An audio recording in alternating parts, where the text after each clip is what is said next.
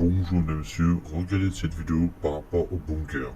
Ça c'est le tunnel d'Inunaki et tous les japonais en ont peur. Tellement que le gouvernement japonais a carrément barricadé l'entrée du tunnel. Mais le truc c'est que c'est pas le tunnel dont vous devriez avoir peur, c'est ce qu'il y a derrière. La zone d'Inunaki est réputée pour être hantée, du coup tout le monde pense que c'est une histoire de fantôme. Mais ça c'est ce qu'on veut vous faire croire. En réalité il y a deux raisons bien plus sombres pour lesquelles le gouvernement a tenté de faire disparaître cet endroit de la carte. Premièrement, à l'entrée même de la route qui mène au tunnel, il y a un panneau officiel du gouvernement qui dit littéralement à partir d'ici, les lois du Japon ne s'appliquent plus. Ce panneau est réel parce qu'à l'époque le village d'Inunaki a refusé l'autorité de l'empereur. C'était un village isolé rempli de gens chelous. Même l'État n'a jamais osé intervenir. Donc rien que le fait d'y entrer, vous êtes en danger parce qu'il n'y a plus aucune protection. Mais c'est à partir du moment où tu entres dans le tunnel que ça devient vraiment dangereux. Derrière, il y a ce village interdit et selon plusieurs témoignages, chaque personne étrangère qui s'en approchait était traquée, chassée et dévorée vivante. Il y aurait eu une maladie inconnue qui a ravagé tout le village. Les survivants seraient devenus fous au point de devenir cannibales. Et comme ils n'avaient plus aucune ressource, il ne leur restait qu'une seule chose à manger, les étrangers. Abonne-toi, je t'emmène demain dans un autre lieu que le gouvernement essaye d'effacer. Tu ne vas pas y croire, mais même un astéroïde ne fera pas le poids face à ce type de bunker. On les appelle les one-man bunkers. Des abris individuels ultra compacts et conçus pour résister à une explosion nucléaire, un missile hypersonique et même l'explosion de l'univers. Ils sont si petits et si compacts qu'ils sont quasiment indestructibles. Ils ont été créés pendant la guerre froide dans le plus grand secret pour accueillir un seul soldat chargé de surveiller une zone stratégique. Mais le plus fou de tout ça, c'est que aucun des one-man bunkers n'a jamais été détruit, même après des décennies. Dites-moi dans les commentaires si vous pensez que c'est possible et surtout, abonnez-vous pour découvrir d'autres bunkers incroyables.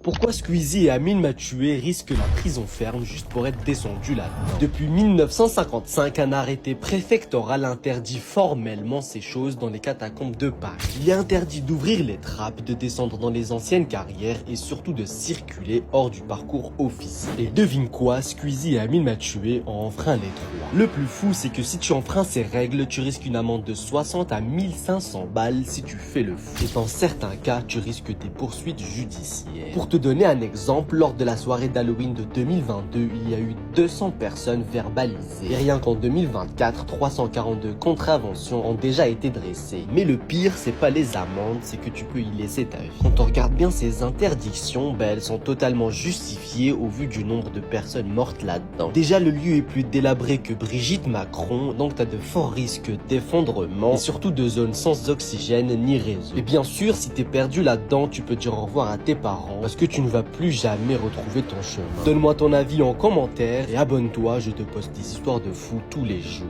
Le mec qui a filmé ça, il a pris 140 ans de prison ferme juste pour avoir montré ce qu'on n'est pas censé voir. Ce bunker est si protégé que même Google Earth l'a flouté. Et pourtant, quelqu'un a réussi à filmer l'une des entrées. Ce n'est pas un simple abri anti-atomique, ce truc est capable de résister à une explosion nucléaire, à une frappe EMP et même à l'explosion de la Voie lactée. Ce complexe s'appelle Raven Rock et c'est là que le dirigeant américain se cacherait en cas de fin du monde. Ce lieu est entièrement creusé dans la montagne et est connecté par des kilomètres de tunnels. Il est protégé 24 heures sur 24 par l'armée. Et le plus fou, personne ne sait exactement ce qu'il y a à l'intérieur. Une chose est sûre, si tu t'approches, tu ne ressors jamais. Donne-moi ta théorie en commentaire et abonne-toi. Je te poste un bunker par jour.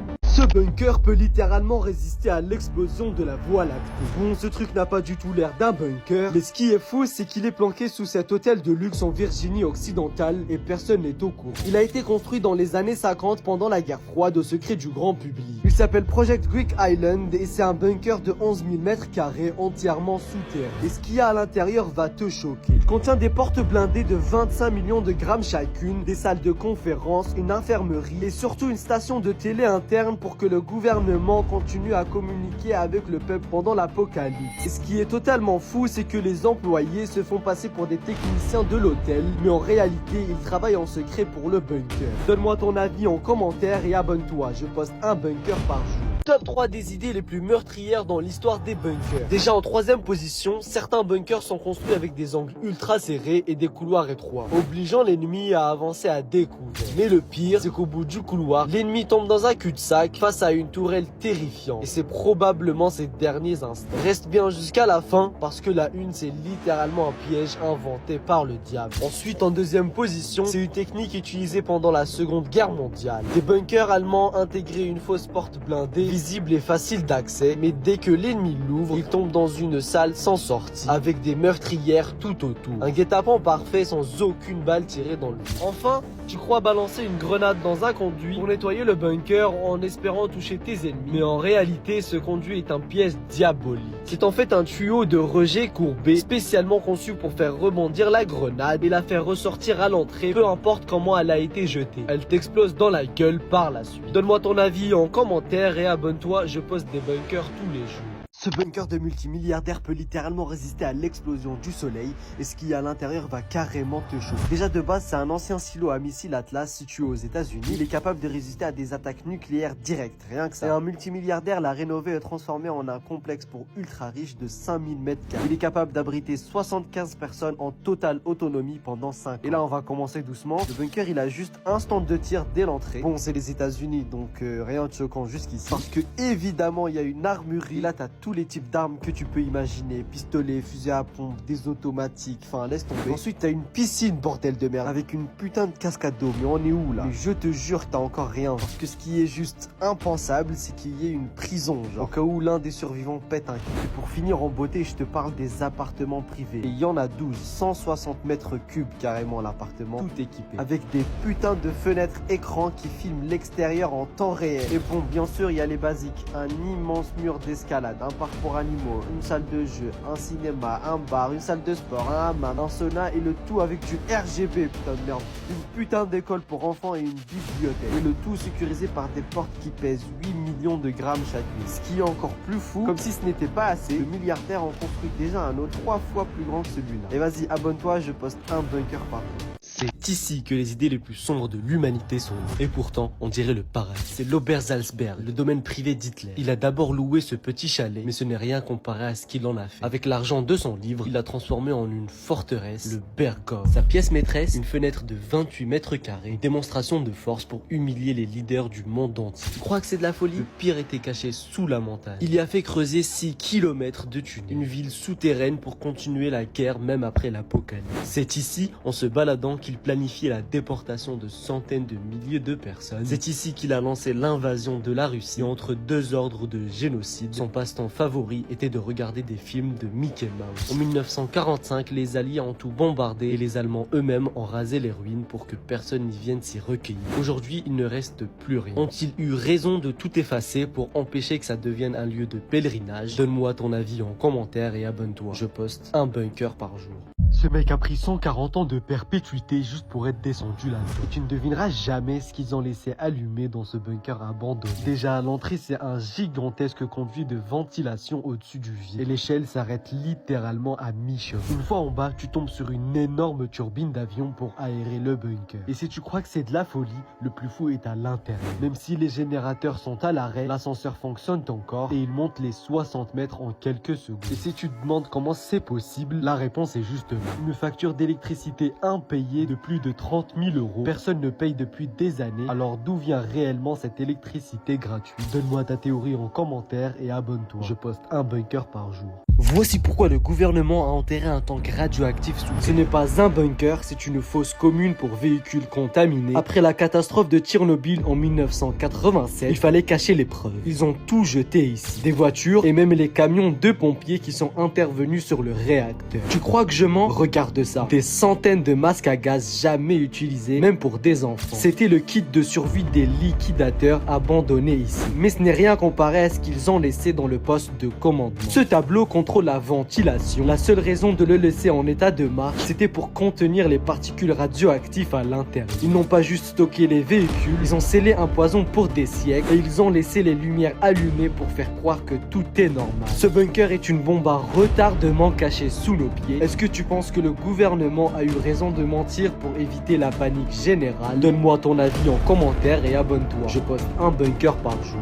Tu ne devrais jamais entrer dans ce bunker, pas parce qu'il est hanté, mais parce que tu pourrais ne jamais en ressortir. Ce mec risque littéralement sa vie pour y entrer. Il escalade cette montagne sans protection, il va vite regretter. En fait, ce bunker est creusé dans la montagne, et le truc c'est qu'il est victime d'effondrements ultra dangereux, donc à tout moment il peut se prendre des rochers dans la tête et il est cessé. Mais ça c'est rien comparé à la vérité. En réalité, s'il y a un effondrement, l'explorateur ne risque pas juste d'être écrasé, mais il risque de voir l'entrée se sceller devant lui et d'être coincé coincé jusqu'à la fin de ses jours. On peut voir ici qu'il y a eu des renforcements pour éviter qu'une catastrophe se produise, mais la nature est plus forte que tout. Alors abonne-toi, je poste un bunker par jour.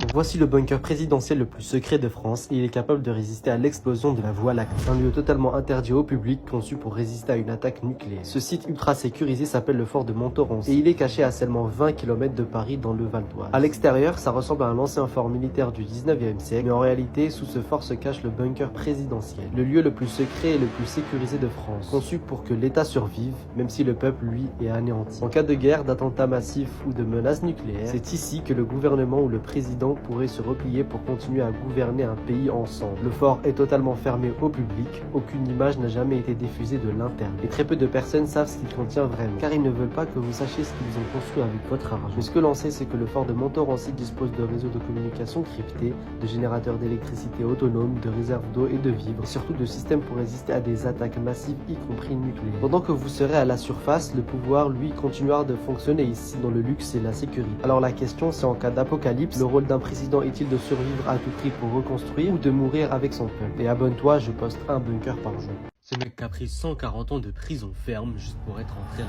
Les Allemands avaient caché un secret sous ces îles de Marseille, quelque chose que les Alliés n'avaient pas prévu dans leur plan. En explorant ces ouvrages militaires de la Seconde Guerre mondiale, ce mec s'est rendu compte que ces îles étaient en fait truffées d'ossements humains, que les érosions avaient fait ressortir de la terre. Certains soldats sont enterrés vivants en 1943. Leurs corps ne furent jamais retrouvés suite à l'explosion du dépôt de munitions. Les Allemands avaient creusé bien trop profond dans le cœur de l'île et on raconte que des passages secrets leur permettaient de se cacher lors des bombardements. Certains de ces souterrains ne furent jamais retrouvés avec les armes qui se trouvaient à l'intérieur de ces galeries. Savais-tu qu'il y avait des souterrains allemands sous les îles marseillaises? Donne-moi ta réponse en commentaire et abonne-toi. Je poste un bunker par jour.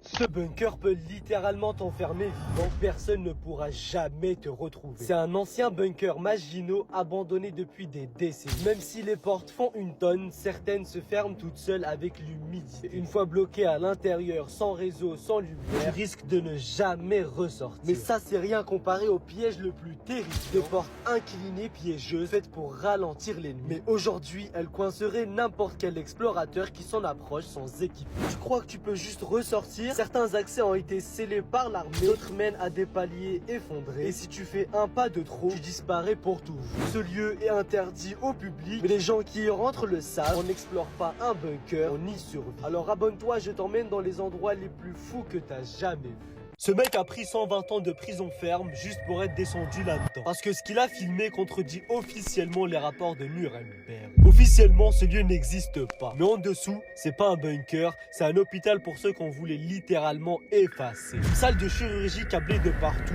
ou peut-être une salle de torture médicale. Des médicaments encore scellés datant de 1974, dont un en particulier interdit dans toute l'Union européenne. Et le pire, une phrase écrite à la main en allemand: si tu es ici, c'est que tu n'existes déjà plus. Tu penses que c'était un centre d'expérimentation humaine ou un endroit où on effaçait des gens? Dis-moi ta théorie en commentaire et abonne-toi. Je te poste un bunker. Ton gamin pourrait bientôt être écouté à longueur de journée à l'école.